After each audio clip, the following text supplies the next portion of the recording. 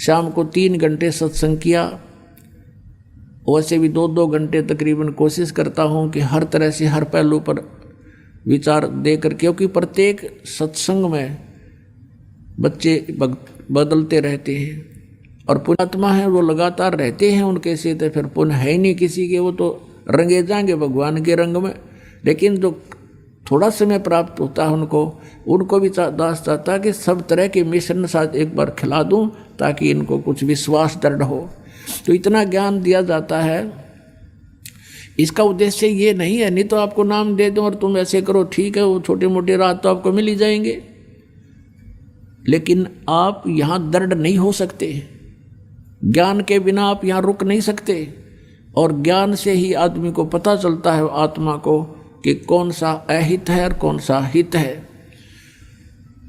आप यहाँ उद्देश्य लेकर ये आओ कि हमारा जन्म और मृत्यु का रोग कटे। ये रोग नहीं कटाती है, छोटे मोटे रोग तो ईब एक कट गया तड़के दूसरा शुरू हो जाएगा। अगर ये भगवान से दूर चले गए तो कल को और रोग हो जाएगा। तो हमने परमात्मा की शरण में रहना है, और जो आपको आवश्यक वस्तु होंगी देगा भगवान, आपको अवश्य देगा, और ना भाग्य में होगा तो भी देगा। लेकिन हमारी इच्छाएं बहुत सीमित हों। परमात्मा ने उदाहरण दे रखा है, स्वयं एक मजदूर बनकर रहे, जुल्हा बनकर रहे, झोपड़ी में रहे, और हमें ये उदाहरण देने के लिए कि गरीब से गरीब आदमी भी परमात्मा पा सकता है। अब प्रसंग चल रहा है, वहीं इसी टॉपिक पर आते हैं कि अब हम त्रिकुटी पर पहुंच गए। त्रिकुटी पर पहुंचने के उपरांत अब उस सतनाम के 2 मंत्र हैं, उनमें से एक मंत्र का अकाउंट हमने त्रिकुटी पर देना है, तब हम आगे प्रस्थान कर सकते हैं, नहीं वहाँ से आगे नहीं जाने देगा ये। तो वहाँ परमात्मा आएंगे इस दास के रूप में, गुरु के रूप में, और जिस भी पुण्यात्मा की जैसी आस्था इस दास के प्रति आज बनी हुई है तो त्रिकुटी पर भी ऐसी ही होगी। इसलिए परमात्मा कहते हैं, गुरु मानुष कर जानते ते नर कहिए अंधे हैं वो, और महादुखी संसार में फिर आ गई हम के फंद। आपने गुरुजी को परमात्मा के तुल डील करना है। ये दास भगवान नहीं है, मुझे अपनी औकात का खूब पता है, लेकिन आप जी ने इस दास को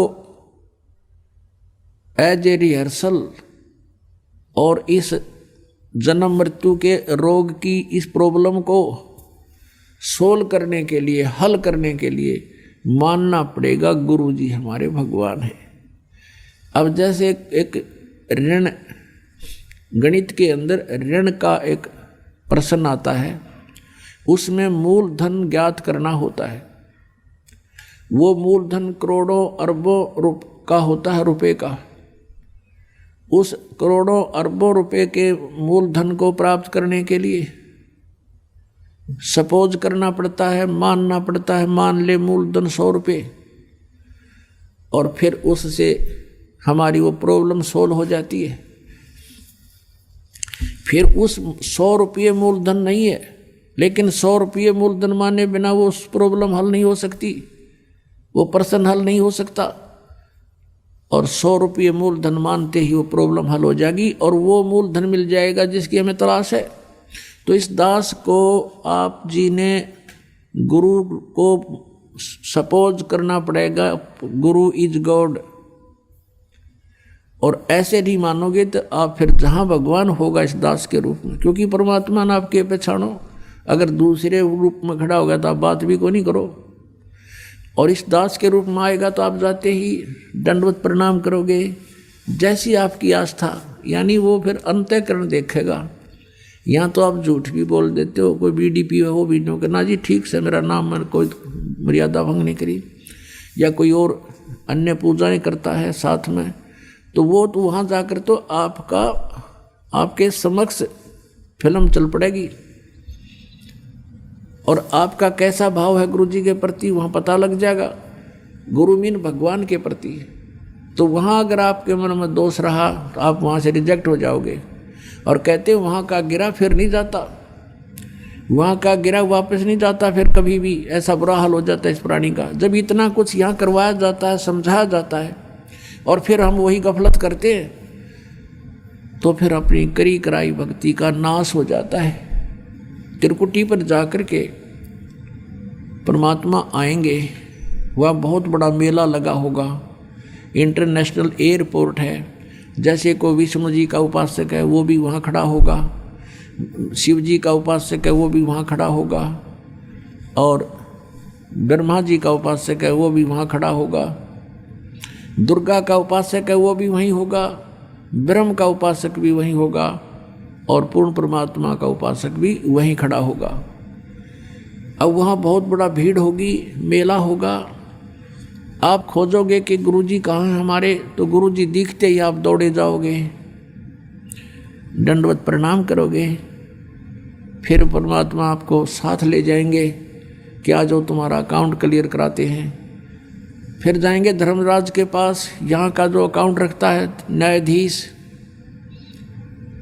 उसके पास ले जाकर परमात्मा कहेंगे जी इनका हिसाब करो, ये आपके ओम नाम की कमाई इनकी इतनी है, इतने इनके यज्ञ हैं, ये अपना डिपॉजिट करो और इनका कैंसिल करो, इनका ऋण जितना भी आपका है। और जो रही पाप, वो परमात्मा के पास शक्ति है, वो पाप नाश हो जाते हैं इस सतनाम के दूसरे मंत्र से और सार नाम के मंत्र से। ये हमारे पाप नाश होते हैं इनसे, दोनों के योग से, अकेले से नहीं होते उसके। तो पाप हमारे नाश मिलेंगे, पुण्य जो के तो वहाँ विद्यमान मिलेंगे। तो वो काल के भ्रम से, वो भ्रम नहीं आता सामने, वो धर्मराज छोड़ रखा उसने कि ये काउंट करेगा, उसको हिसाब दे देंगे। फिर त्रिकुटी से आगे चलते हैं, फिर हम ब्रह्म रंध्र की ओर। अपने आत्माओं,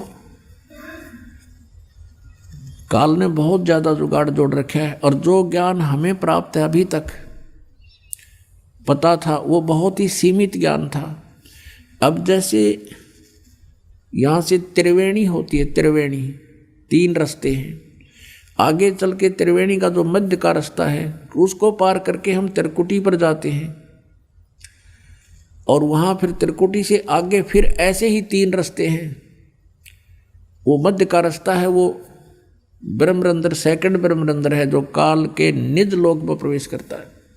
अब ये ब्रह्मरंध्र मान रहे थे 10वां द्वार, हमने 12वें द्वार को पार करके सतलोक जाना है। तो वहाँ पर धर्मराज का हिसाब करवा के फिर हम प्रवेश करेंगे 11वें द्वार में, इस अक्षर पुरुष के लोक में। अक्षर पुरुष का लोक यानी स्थान 7 संख ब्रह्मांड का है, उसके अंदर से हमने जाना है। तो उसका ऋण हमारे ऊपर, वो सिर्फ इतना ही टैक्स हो जाता है, वहाँ से वहाँ तक जाने का उसका किराया है। सतनाम के दूसरे मंत्र का जो तत्व है उसका, तो वो परब्रह्म के लोक में हम इसको दे देंगे, परमात्मा साथ रहेंगे। फिर हम 12वें द्वार में जाएंगे, भवन गुफा पार करके, और वो सतलोक प्राप्ति होगी उस तीसरे मंत्र सार नाम से। तो गीता जी अध्याय नंबर 18 के श्लोक नंबर 66 में कहा कि सर्वधर्मान परित्यज माम एकम शरणम व्रज, मेरी सतर्के सभी पूजाएं मुझे छोड़ दे, मुझे दे दे, फिर उस एकम सर्वशक्तिमान की शरण में जा। तो इस प्रकार व्रज माने जाना है, आना नहीं है, ये गलत